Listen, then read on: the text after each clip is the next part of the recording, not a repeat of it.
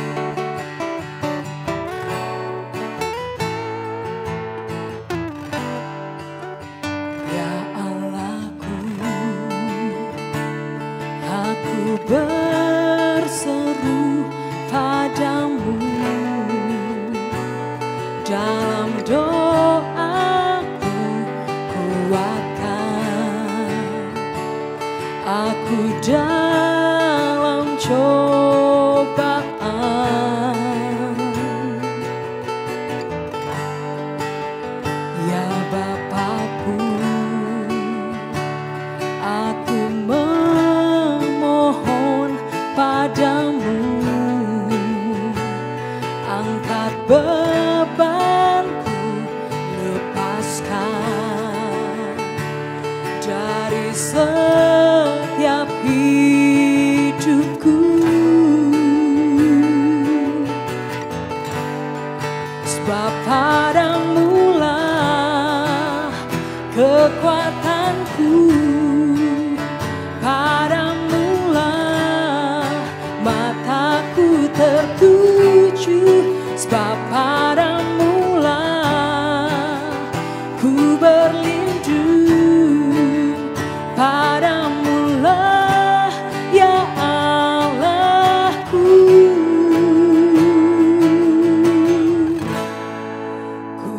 percaya, ku percaya kan firman-Mu, bahwa ku lihat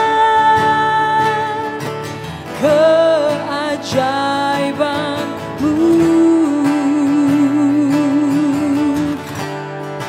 Ku percaya, ku percaya kan firman-Mu, bahwa ku lihat keagungan-Mu. Oh, sebab padamu lah kekuatanku, padamu lah mataku tertuju, sebab padamu lah ku berlindung, padamu lah ya Allahku, sebab padamu lah kekuatanku, padamu lah mataku tertuju, sebab padamu lah ku berlindung, padamu lah ya Allahku. Ku percaya, oh, ku percaya kan firman-Mu, bahwa ku lihat keajaiban-Mu. Oh, ku percaya, ku percaya kan firman-Mu, bahwa ku lihat keagungan-Mu,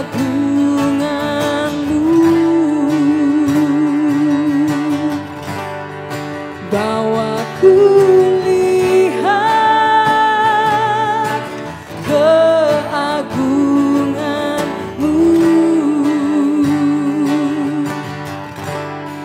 bahwa ku lihat keagungan-Mu.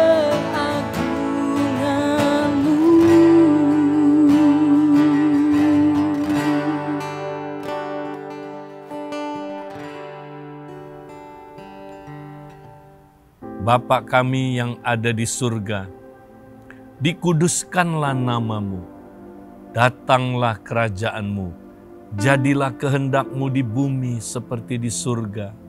Berilah pada hari ini makanan kami yang secukupnya, dan ampunilah kesalahan kami, seperti kami mengampuni orang yang bersalah kepada kami.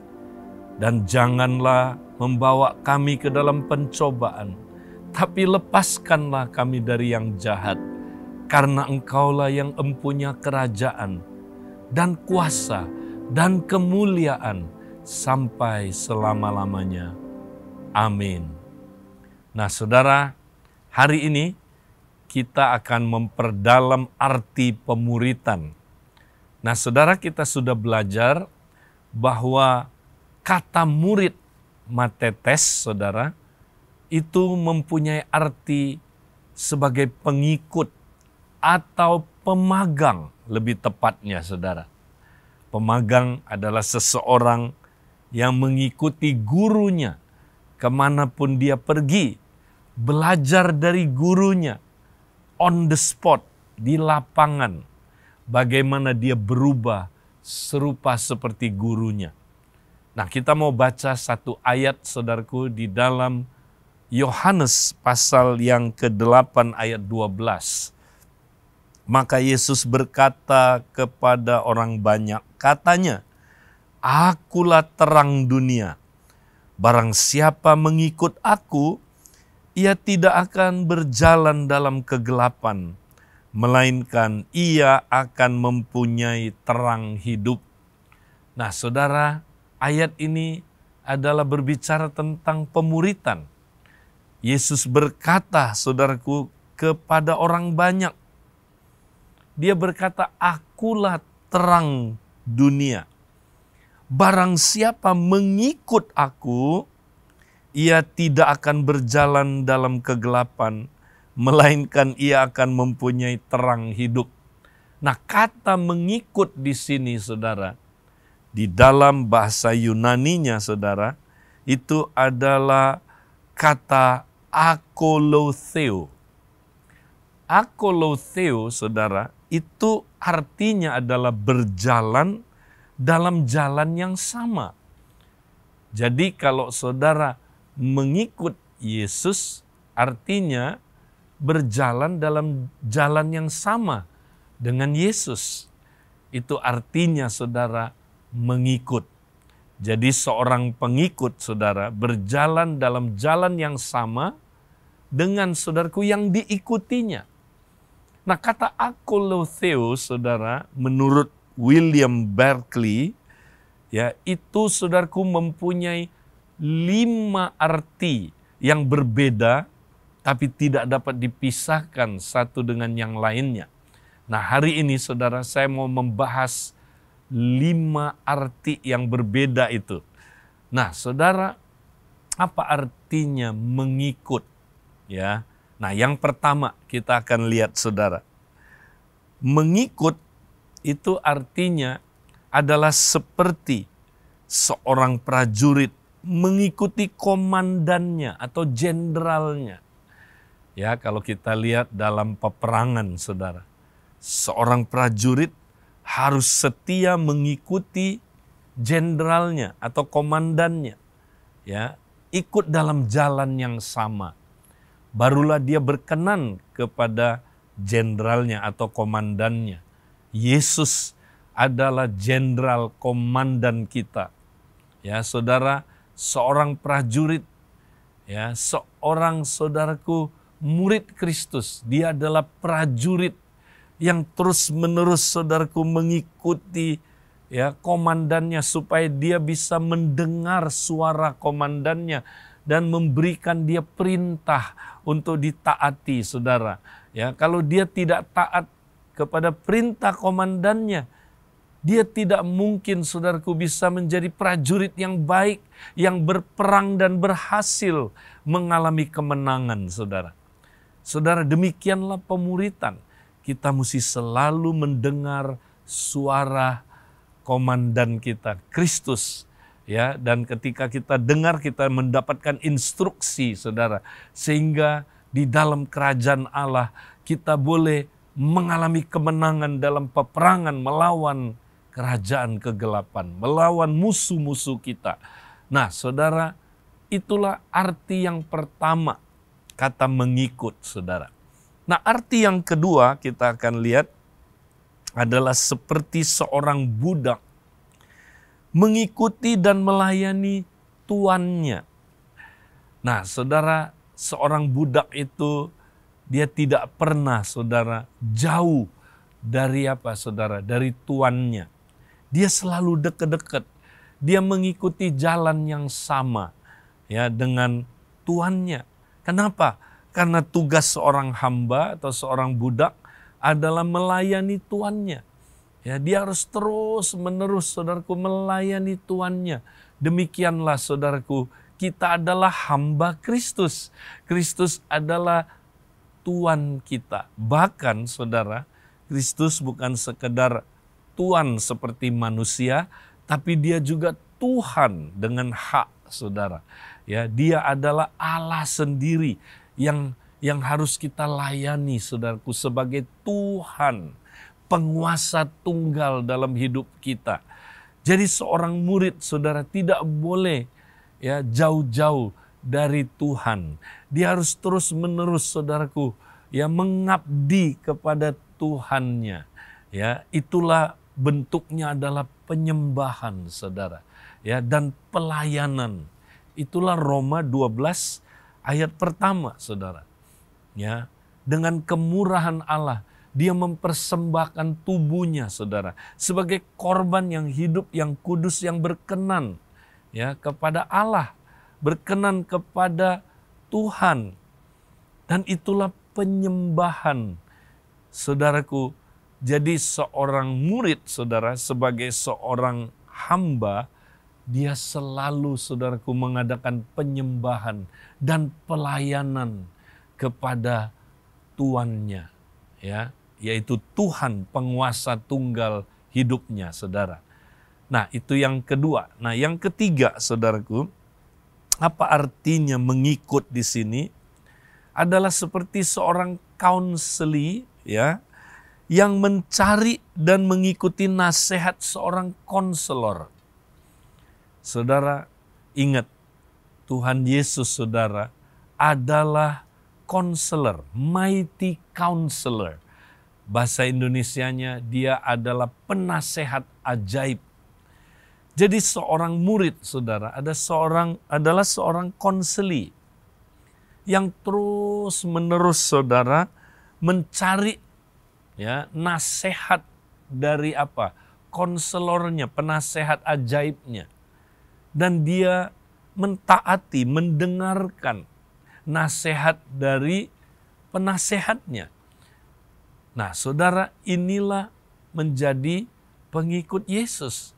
Ya, kita, saudaraku, tiap hari mesti dekat dengan counselor kita. Bisa dengar suara counselor kita. Sehingga, saudara, dalam hidup ini kita terus-menerus menerima konseling dari penasehat ajaib kita. Ingat, saudara, kita nggak bisa hidup tanpa penasehat ajaib itu. Karena dialah yang memberikan kita nasihat sehingga kita bisa, saudaraku, hidup sesuai dengan kehendaknya. Nah, saudara, kita butuh nasihat dia. Butuh konseling dalam setiap aspek kehidupan kita. Itu sebabnya, saudara, tiap hari kita mesti konseling terus dengan penasehat ajaib kita. Itulah pemuritan, saudara.